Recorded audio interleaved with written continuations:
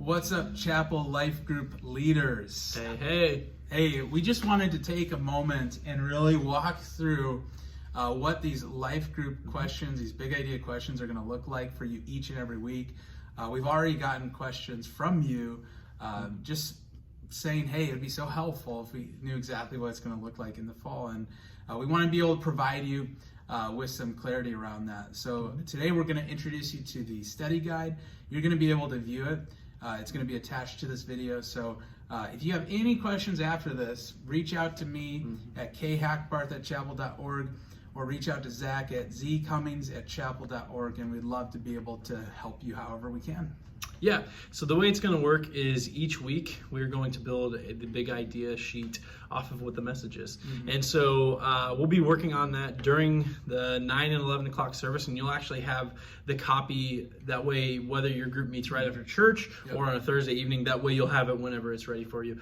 We don't know all the logistics of where it's going to live, but it'll probably be on a Google Docs form or something like that where you can easily access it. And it'll be very clear of this week's and also archived. And so you'll be able to go to archived messages and see the small group questions, but it'll also be very easy to see, hey, I need this week's, and you go straight to it. And so as it pops up on the screen here for you, you'll see at the top, it has this week's, whatever it is, the title, so I am. So this is a example from 2 weeks ago when Pastor Scott talked about you are the light of the world. And so it'll pop up, say I am. It'll say what week you're in. That way you can follow along as a group. So week 4, and then it'll have the date, so 5/22/2022. And then it'll say who the communicator is. That way you can remember and have that accessible. So as Pastor Scott Chapman taught this week, we'll have the scripture. And so what you'll see here in a second is this isn't the main scripture, but this is all the scripture that's in it. So we have Matthew 5, we have Acts 17, we have 1 Corinthians, we have 1 Peter, we have Acts. We have all of these different places in scripture that Pastor Scott references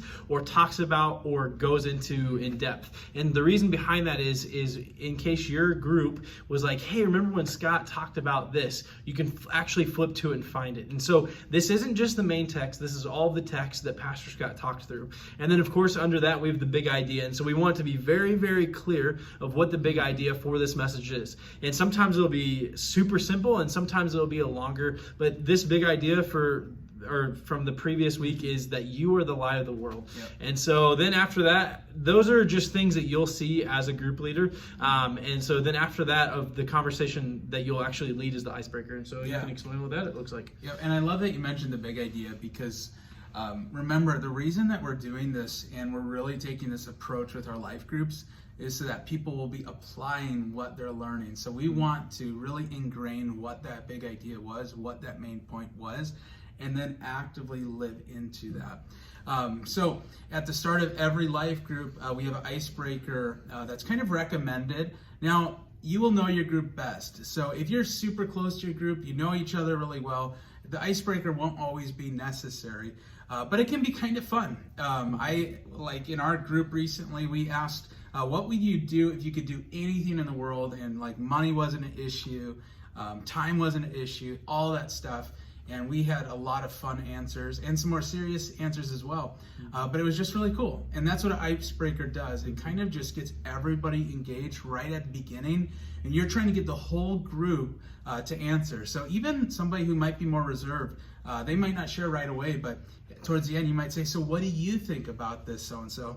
And you give them an opportunity. But this icebreaker, because our big idea is you are the light of the world, this icebreaker is, was there a time in your life when you were afraid of the dark? And I know for me, there were many times growing up as a kid that I was afraid of the dark, and I'd always run to my parents' room, and I'm sure that they loved that. But Zach, I'm curious, was there a time in your life when you were afraid of the dark? I don't think so, actually. My bedroom was in the basement, which was pitch black with no windows, so I was accustomed to it. So no. See?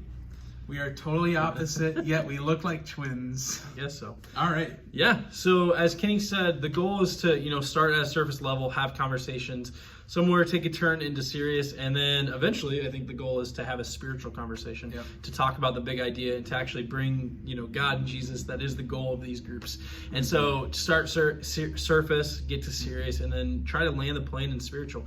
And so one avenue to help you get to that serious spiritual conversation is the main text. And so we would encourage you to read this as a group, to go through it. There might be people that had missed the message, and I think simply by just reading the main text, it can help people who wasn't there to easily jump in. They might not know every point that Pastor Scott said, but I think it helps them as a group just jump in and be ready to have the conversation. And so the main passage from Pastor Scott's message on You Are the Light of the World, he used Matthew 5:14 through 16.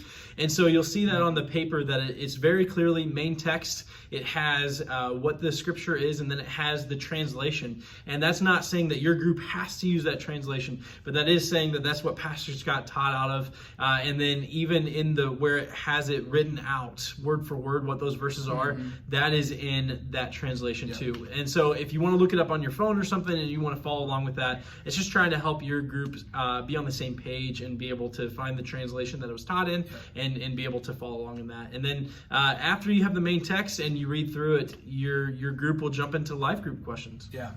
And I love these life group questions, because what we're trying to do, we're trying to take the values that we're trying to carry, which is carrying the Christianity of Jesus, praying heaven to earth and being a force for good.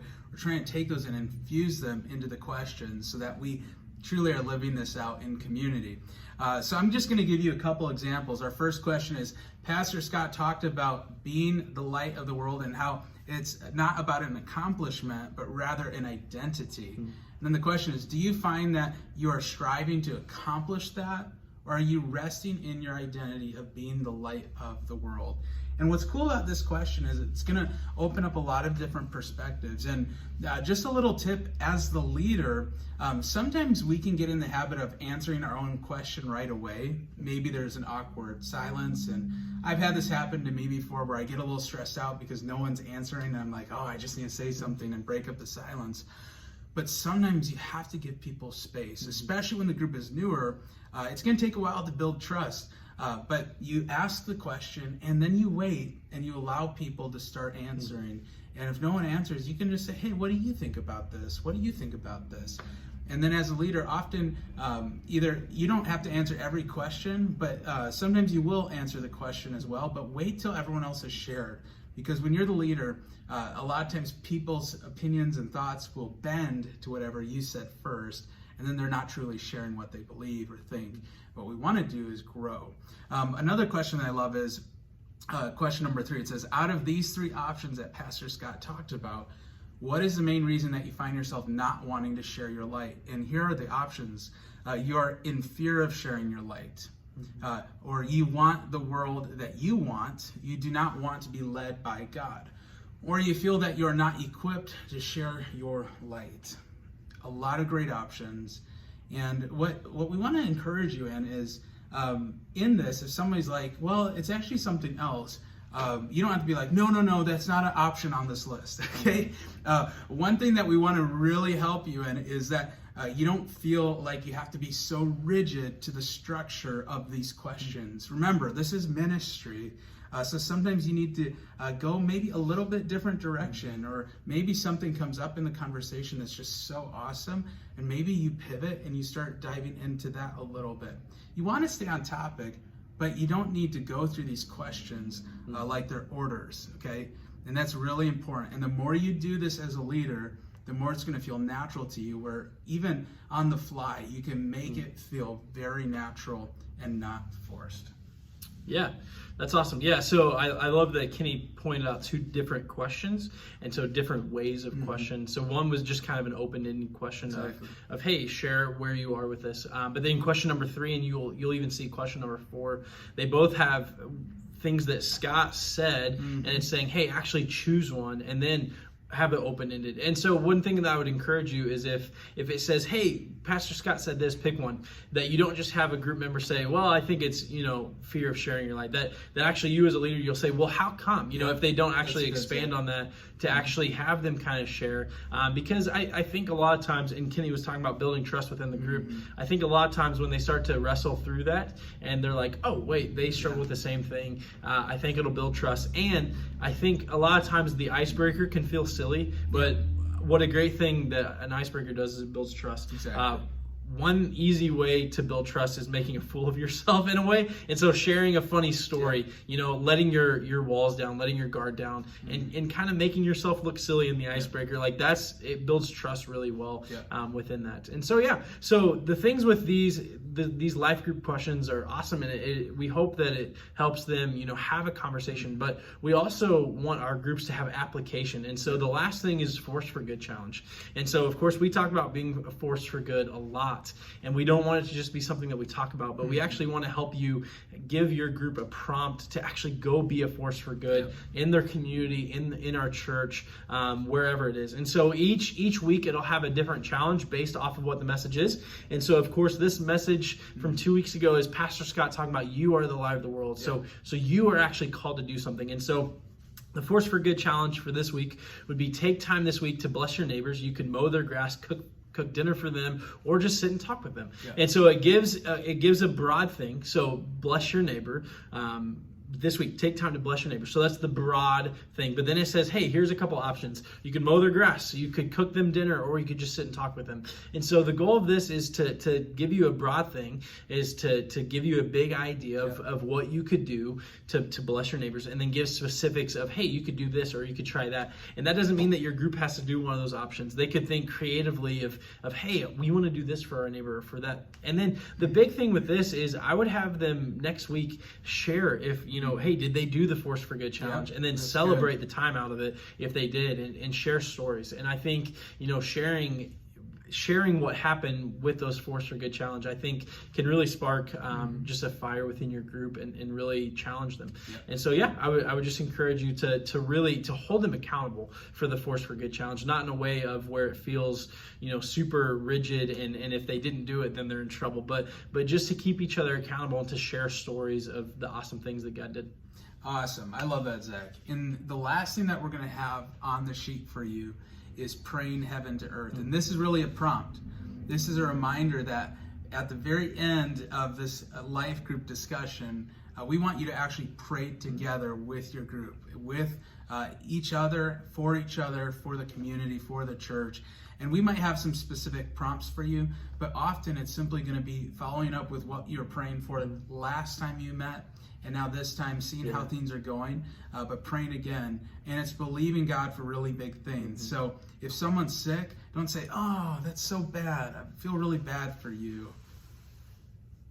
No, pray for them. Say, hey, how can I pray for you? I would love to pray right now and ask and really petition the Lord to work in your situation. And there's just so many opportunities there. And in our own life group, our prayer time has become my favorite time of our group, because it's when everyone opens up the most about what's truly going on beneath the surface. And on that note, that's taken time to build that kind of trust. So you might hear that and you have your first group meeting and you're like, wow, it was really stiff. Like no one shared anything deep. I want to tell you, that has been my experience almost every time I have launched a group. It starts that way, and it takes time, and people seeing you consistently loving them well opens up their hearts to receive from you and to be willing to share with you exactly where they're at. But Zach, I'm so excited to see what God does in these groups. Like I look at this and I just see so much application of the word and potential to change this community and all the communities around us. What are you most excited about with this change? Yeah, I think two things. The Force for Good challenge.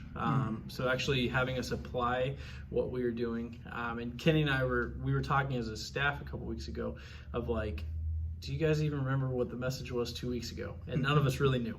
And we work here. And so even for us to be like, okay, how can we actually apply this to our lives? And I think even throughout the week, to think through of a question like number 3, where it's like, okay, why aren't I sharing my light? Like, why aren't I actually living this out? And to think through that, and then to think through what Pastor Scott said, like, I think it just becomes this domino effect in our life. And then what you were saying about prayer too, and I know people were probably doing these in life groups even before we had the big idea, but following up about prayer requests too, and I think that's huge, and that creates trust and builds trust and allows people to open up, is when even on small things, if someone asks for prayer requests and then you follow up with them within the week, I think that's huge, because it's saying, hey, I didn't just actually want you to share, I'm actually praying, and I actually am curious to see how it's going. So I think those are the things I'm excited for. Sweet. Well, we can't wait for you to step into this, and we just really hope that you being able to see what it's going to look like each week or every other week when you're having groups, and be able to see this guide. It's our prayer that this would alleviate maybe any anxiety you have about what is it going to look like, what's it going to feel like. I want to tell you, there's always going to be a little bit of nervousness going into anything new. Every Sunday when I get up on the stage, I feel a little bit of nervousness before I go up there to speak. But I want to tell you, what's so cool is how the Lord works. The moment I'm up there, I just feel like God has called me to do this, and I'm right where I'm meant to be. In my prayer and Zach's prayer, we're going to be praying that you're going to feel like you're right where you're meant to be. And even as you go into things a little bit nervous or unsure, that the Lord would actually move in that space and use your faith to impact the people that you're ministering to. So we love you guys, and if you have any questions, just let us know. See ya.